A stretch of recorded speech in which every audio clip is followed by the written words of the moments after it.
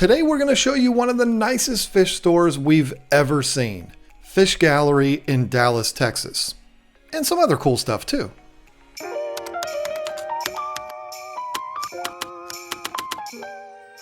If you're here for the usual videos we do on Sundays, you might be surprised to hear that this is day 7 of a 31-day vlog. We started last week when we took you to Dallas, Texas for Aquashella Dallas.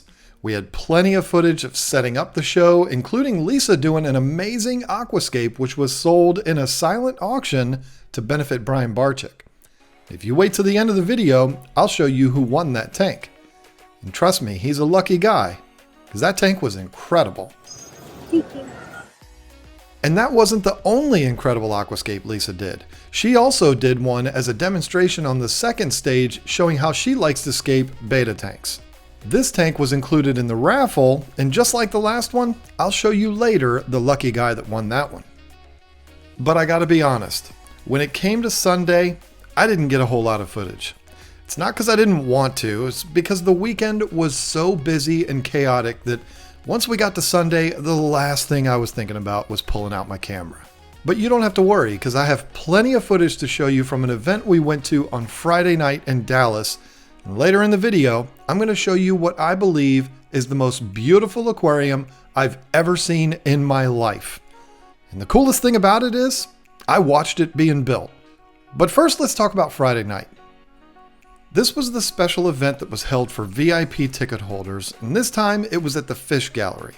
This is a store that has 3 locations, and let me just tell you, if the other 2 are anything like this, they're definitely destination locations that if you're ever in the Dallas area, I'd highly recommend visiting.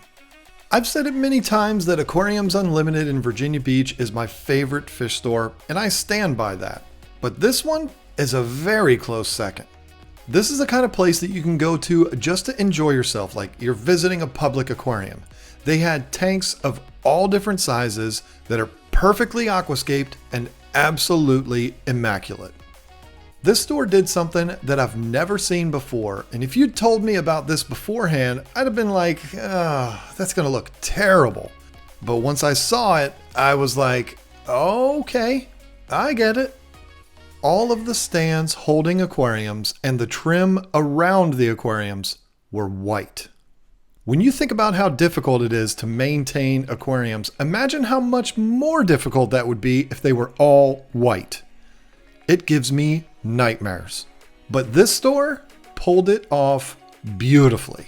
Now listen, I'm not stupid. I'm sure the staff at the Fish Gallery cleaned this place up perfectly, knowing they were getting ready to have an event with 100 people showing up, but if I'm being honest, this place would still be amazing even if it was half as clean as it was. The white stands and aquariums really made them stand out and almost demand you to look at them. It's almost like it was a scientific lab of some sort, and you needed to look in there and check on your experiments. I know that sounds cheesy, but I'm just telling you how it impacted me. I absolutely loved it. It is a first-class look. The tanks that had fish for sale in them were really nicely done and clean with some amazing fish and a surprising choice of filtration. Every one of the tanks had under gravel filters in them. I thought this filter type went away 20 years ago, but here they are. And when I saw that, I thought, oh, I'm gonna like this place. Whoever put this together likes to go against the grain, just like I do.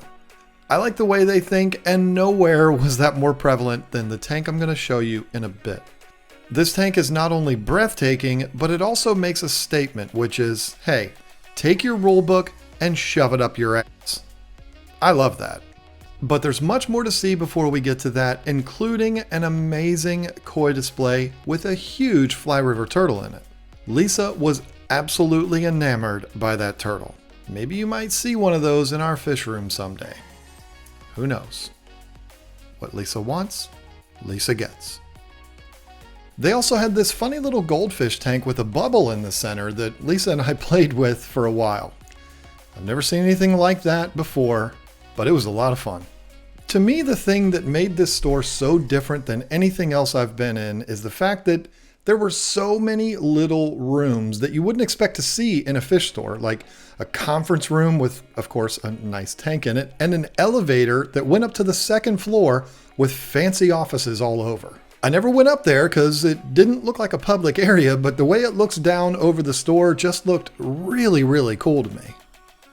There were all kinds of display tanks of different sizes that were either scaped perfectly like little art pieces or built into walls. Like I said, this place is like half museum, half fish store, half public aquarium, and half office building.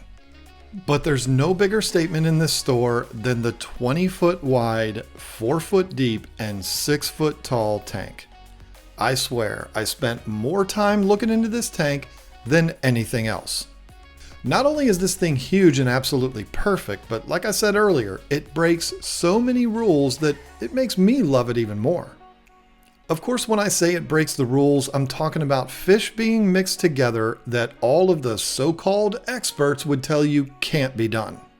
There's African cichlids mixed with South American cichlids, barbs, silver dollars, loaches, and even red-tail sharks. And there's also some tiny little tetras that you probably can't even see in the video. Now, I'm not trying to convince you to break all the rules too, but I'm someone that likes to prove that every aquarium is different.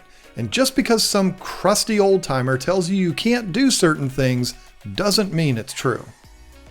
In certain circumstances, you can pull this kind of thing off, and I love that a huge store that's trusted by so many people in the Dallas area is willing to show that. There's more to this tank than just what you can see here in the video. My friend Scott Crow took me behind the tank to show me the filtration and all the other equipment used to run this thing, and let me tell you, it was impressive.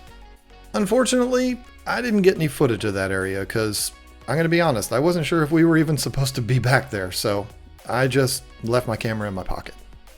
I was also told that this tank cost somewhere in the neighborhood of $500,000 to set up, and that includes a 4,000-gallon water storage tank that's underneath it.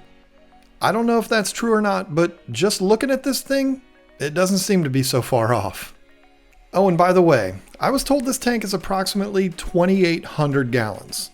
Again, I don't know if that's accurate, but I also don't care. This thing is incredible, no matter what the numbers say. Now let's go back to Aquashella footage, because I did get some shots of the scapes that were in the Fluval Aquascaping Challenge. This is where the heavy hitters in the aquascaping world get to flex their skills and scape a tank for everyone at the event to see. The tanks are then judged by, well, judges, or maybe the public votes on it, I don't really know, but Lisa got some really cool footage congratulating the winners. The Fluval winners! Congratulations, guys! Then it was time to help tear things down. Well, I didn't help that much, but I did help Jason and Joanna carry their leftover shirts to the car. They had to get out of there quick so they could get an early start on the drive back to Chicago. And, well, we said our sad goodbyes. Yes, sir. I miss you already! I miss you already too. Have a safe drive! Thanks. Fly safe. Okay, bye-bye. I'm gonna miss you! But this video wouldn't be complete without showing you this tank that was scaped for the event by Jeff Miyake. And I really hope I'm saying his name properly. I don't know if the iPhone's camera is going to do any justice, but I believe this is the most impressive aquascape I've ever seen in my life. I like Dragonstone, but I've only really seen it just kind of piled up, and it looks cool and all, but this is using Dragonstone in a way I've never seen done. That arch was simply incredible, and the way it was tied in with the branches just made me think, how do these aquascapers come up with an idea like that? I talked with Jeff about it quite a bit, and he's super laid back about it. He's like, I don't know. It just comes to me. I say Jeff's laid back, and he is. He's an easygoing, soft-spoken as there is, but believe me, he knows how good he is. I said to him, it's a real shame this wasn't in the Fluval contest, because it would be a guaranteed winner, and he was like, I don't really care about all that. I've won all the awards and received all the accolades. I just do this for fun. And it's true. Jeff is a titan in the aquascaping world, and he's won every award imaginable. And just going by this tank right here, I'd say they were all well deserved. Now to close this video out, I thought I should throw some praise to two other well-deserving aquascapers. Joanna Adams from the Smallscape and Lisa Hudson from KGTropicals. These two ladies put together some amazing tanks that were auctioned off to benefit Bartek. And let me tell you, they both entered into the world of what I consider world-class aquascaping. Speaking specifically about my wife, I gotta be honest. When I first saw what she had done, I was like, wait, huh? I'd never seen her do anything like that before, and I immediately said, hey lady, you got yourself a gift. Of course she blew it off like it's no big deal, but just look at it. I could not be more proud of her. And to be honest, I think she might be rubbing off on some of the heavy hitters in the aquascaping world. Don't believe me? Well, after she put this together, she was approached by Jeff Sensky from the Aquarium design group. He was scaping his saltwater tank right next to her. Jeff is another world-class aquascaper. Doesn't matter if it's freshwater or saltwater, this guy has a gift. And I was so thrilled watching him compliment her and give her a couple of small tips to make the scape look even better. Well, the next day, Jeff did an aquascaping demo on the Planet Aquarium stage just before Lisa did hers, and, well, that design looks eerily similar. Now listen, Jeff is a god in the aquascaping world, and I'm certainly not accusing him of ripping her off, but you gotta admit, they look pretty daggone close. Jeff actually approached us later that weekend and said he's a fan of what we do on our channel and invited us to the ADG facility in Houston. I would absolutely love to go there and want to make a plan to do it someday. Maybe I'll ask while we're there if Lisa's scape inspired him to do his. We'll see. The trip to Aquashella was an amazing, inspiring, exhausting, and fun experience.